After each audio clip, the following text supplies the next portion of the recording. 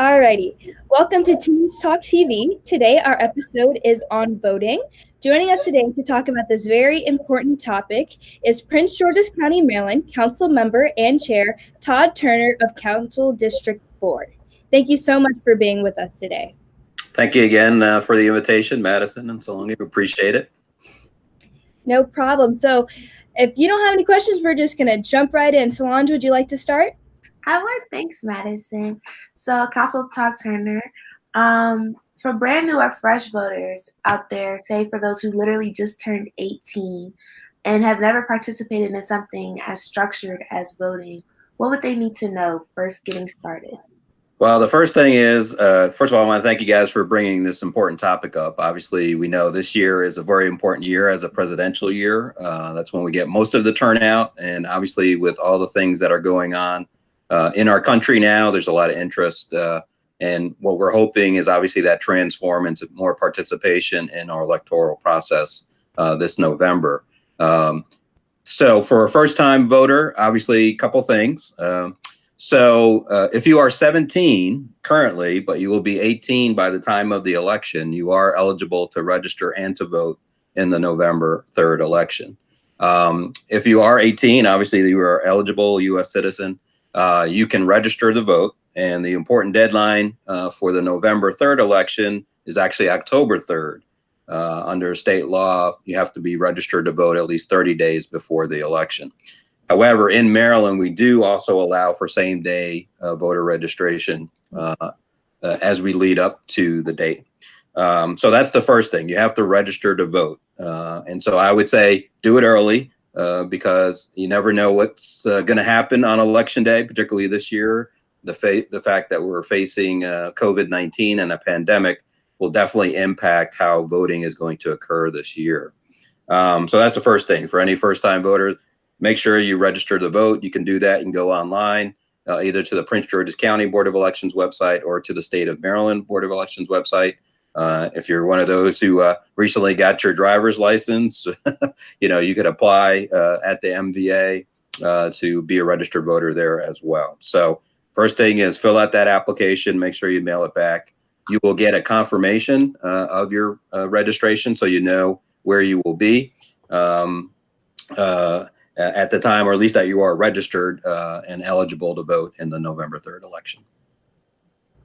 Thank you so much. So you mentioned COVID-19, and of course, we all know that this pandemic has taken a toll in every aspect of our lives. But we didn't think it was going to affect the election, but we were wrong. It's gone on a little bit longer than we had planned. So there was, at one point, the governor had talked about doing voting via mail, but now I'm hearing that it is possible to vote in person. So if you do want to vote in person, where can you find out your nearest polling location? All right. So here's a little bit of how COVID-19 is impacting the election this year. As you indicated, Madison, during the primary, which was June 2nd, which had been moved, our primary usually is in April, but because of the impact of COVID-19, the governor moved that to June 2nd. And for the first time in Maryland's history, the June 2nd primary was done primarily by mail-in, meaning that every registered voter received an actual ballot in the mail in respect to the June 2nd primary.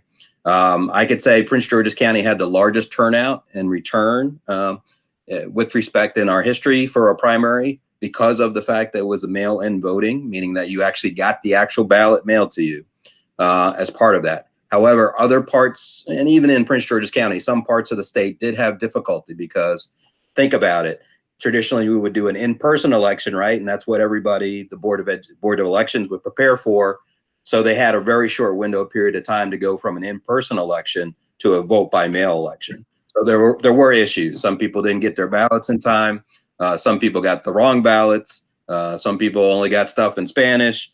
So listen, when you're doing something in an emergency circumstances, you're going to have those issues. But the takeaway from the June 2nd primary was more people participated because of the mail-in process. So obviously, since June, there's been back and forth. The governor issued, well, let me go back one second. So as part of this conversation that's been going on about how the November election will be impacted by COVID-19, both the State Board of Election and Prince George's County Boards of Election have made requests to do the same thing that they did in June, do a mail-in election.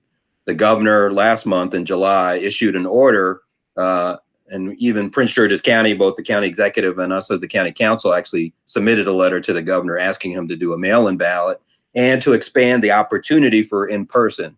Because one of the things that we found out, we had limited number in-person voting during the June primary, because some people, whether rightly or wrongly, aren't comfortable about mailing in their ballots. Well, one of the things that we also did in the June primary was a drop-off. We had approximately 15 drop-off locations in Prince George's County, and a lot of people participated in those. Instead of mailing it, they dropped it in the boxes. So as part of our letter to the governor, we said, let's do mail-in voting again. Let's expand the number of drop-in locations, and we can also expand the opportunity for early voting and in-person voting, because it's true, we didn't have enough because we thought everybody would mail in. So there were lines when people actually went to the polls.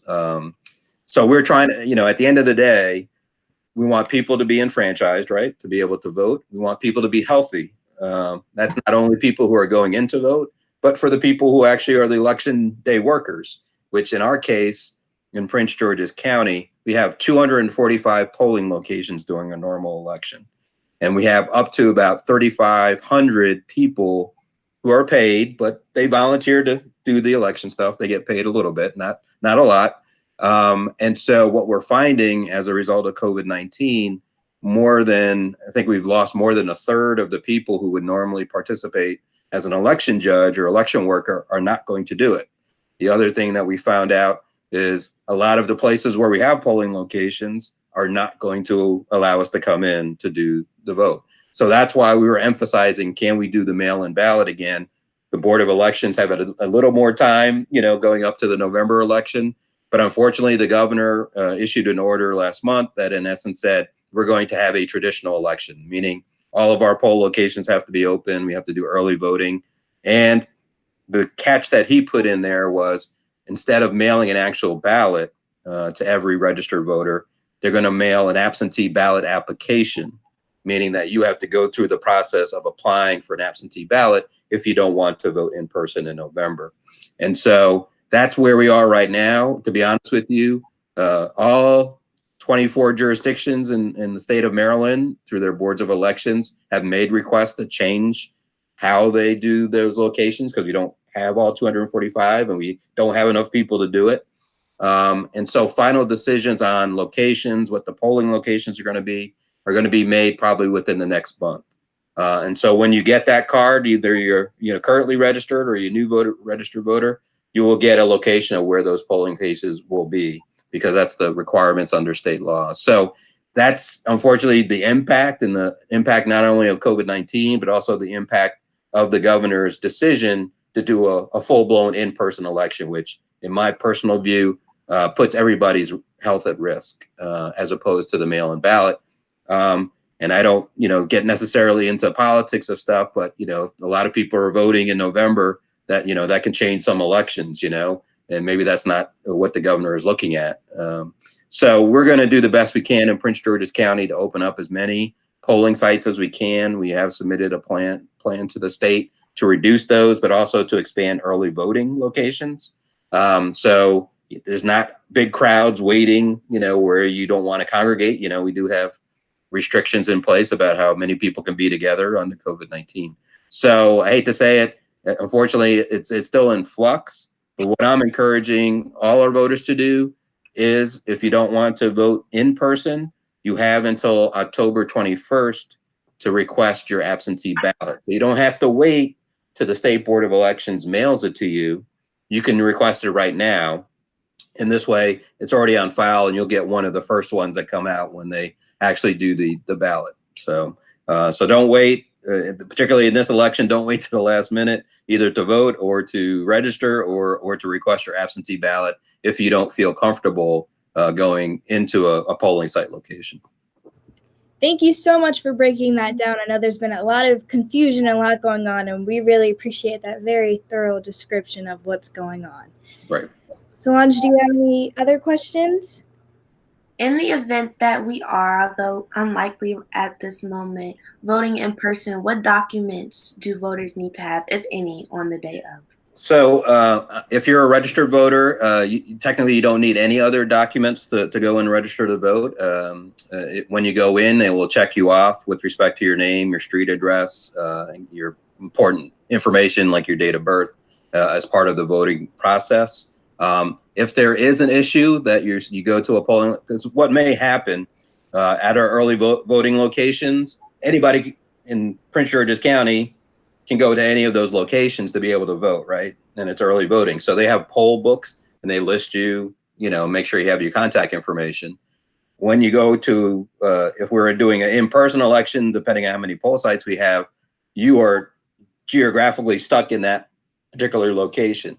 So you can't go anywhere else to be able to vote, because what will happen is if you go to the wrong location, or if there's a malfunction or something and they don't have you listed at the polling site that they said you should go to, you have the absolute right to do what we call a provisional ballot. This is a paper ballot to say, if they say, well, we don't have you registered here, or you would have to go to XY polling place, he's like, well, can I request to do a provisional ballot?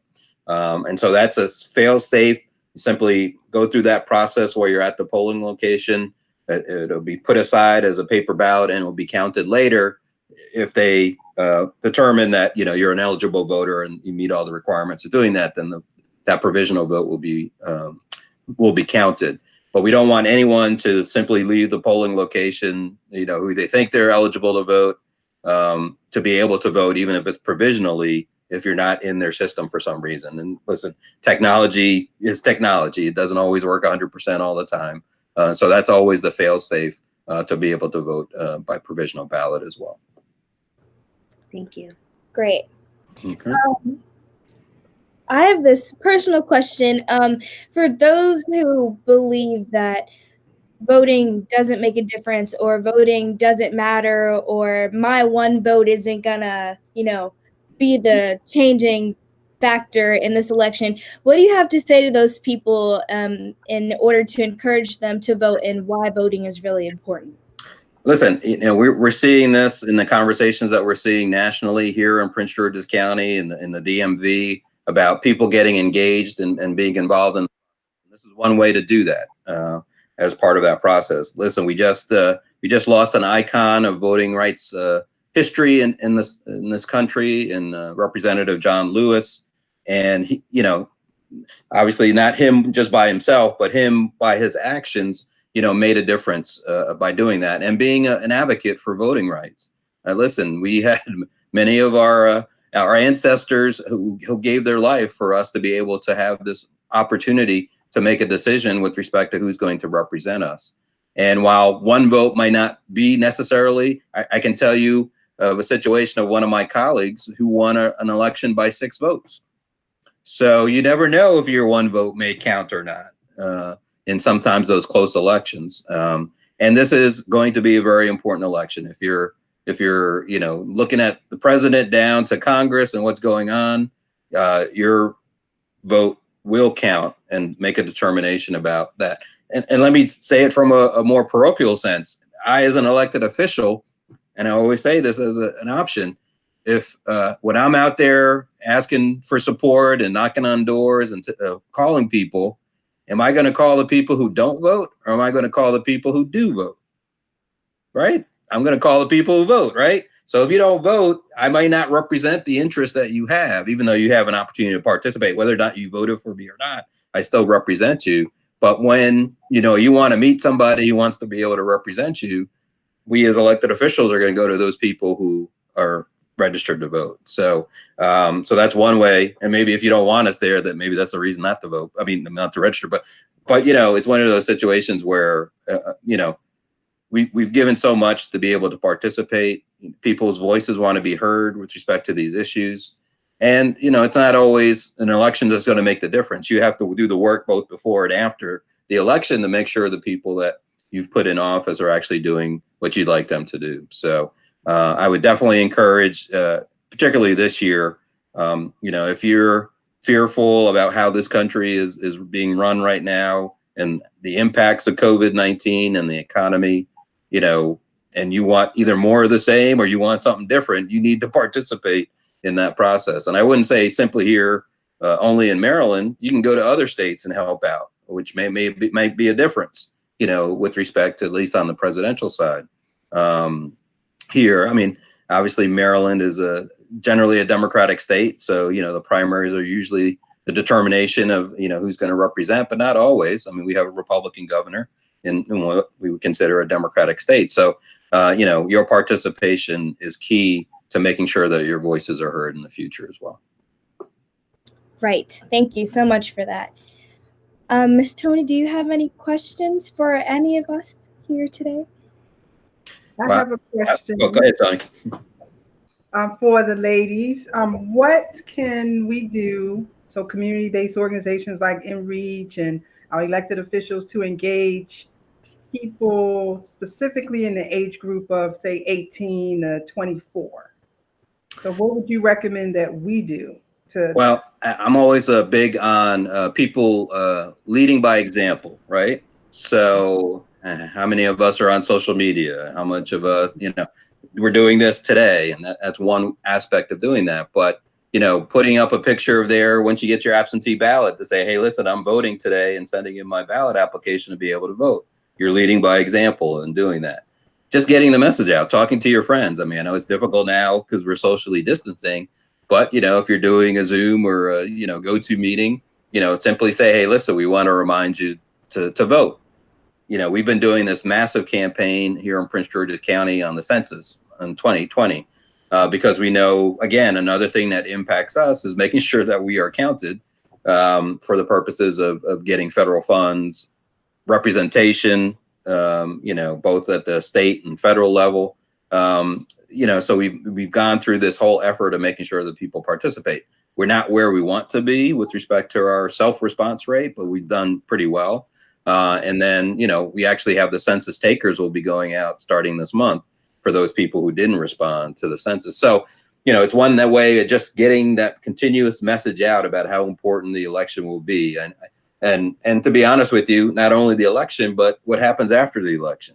We have all these work groups going on talking about, police community relations. We want to hear from our young people because they're being directly impacted by those relationships, good, bad, or otherwise, as part of that. So again, I would simply say lead by example. If you got a census tag, I have it on my emails. If you have a vote, November 3rd, stick that on your emails, on your text. It's just a reminder. We're a big consumer society, right? And what do? We see commercials. We see repetition for us to be able to buy something. Well, we got to do the same thing with respect to the important things like census and voting in November. So, perfect. And so, I mean, simple as that. You can also reach out as part of your organization. Now, you can't get into supporting as a not-for-profit, supporting one candidate over another, but you can encourage people to vote. You encourage people to register as part of that. That's nonpartisan. That's not a big issue. So I would simply, put out those dates again. You got to register to vote, if you want to get it done early by October 3rd of 20. For your absentee ballot application, you want to do that, make the request by October 21st, even though you may get a ballot in the mail once they mail it to you. Do it early so you're in there. And obviously, if you are voting by mail, that has to be postmarked by the election on November 3rd. So, but I would say don't wait until then. Okay. And then obviously, if there are any questions or concerns, you can go both to Prince George's County Board of Elections as well as the Maryland Board of Elections for that information. So with that, I want to thank you guys again for the invitation. And this is a very important topic. And appreciate the fact that you're going to be getting the message out to your peers about what you're going to do come November 3rd.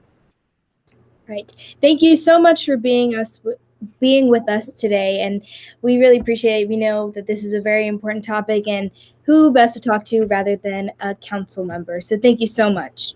Well, thank you very much, and we look forward to seeing you. And as you're heading back to school, whether virtual or in person, wish you well. And obviously, our big mantra right now is be safe. We're all impacted, but we're all in this together with respect to the response to COVID-19. Each of us have a role. as part of that. And so I appreciate your efforts and the success of your first year Teen Talk this year. I know you've done several of these, and I've been it's been a pleasure to be able to join you for a couple of them as well.